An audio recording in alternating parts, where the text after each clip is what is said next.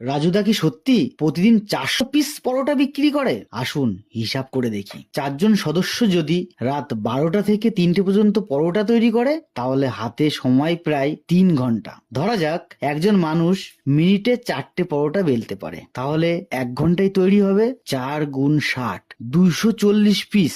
2 ঘন্টায় তৈরি হবে 480 পিস। তাহলে দুজনে 480 গুণ 2, 980 পিস পরোটা, প্রায় 1000 পিস। অতএব প্রমাণিত হলো যে রাজুদা 400 পিস পরোটা বিক্রি করে না, 1000 পিসের উপরে পরোটা বিক্রি করে। প্রতি পিস পরোটা যদি 2 টাকা করে লাভ হয়, তাহলে প্রতিদিনের ইনকাম 1000 গুণ 2, 2000 টাকা। মাসে প্রায় 60,000 টাকা। বছরে 60,000 গুণ 12, 7,20,000 টাকা। যাতে হয় না হাই স্কুলের মাস্টারের মাইনে। হুট বাড়া, আজকের থেকেই পরোটা বিক্রি করবো। এক প্লেটে 3টে পরোটা, আনলিমিটেড তরকারি, একটা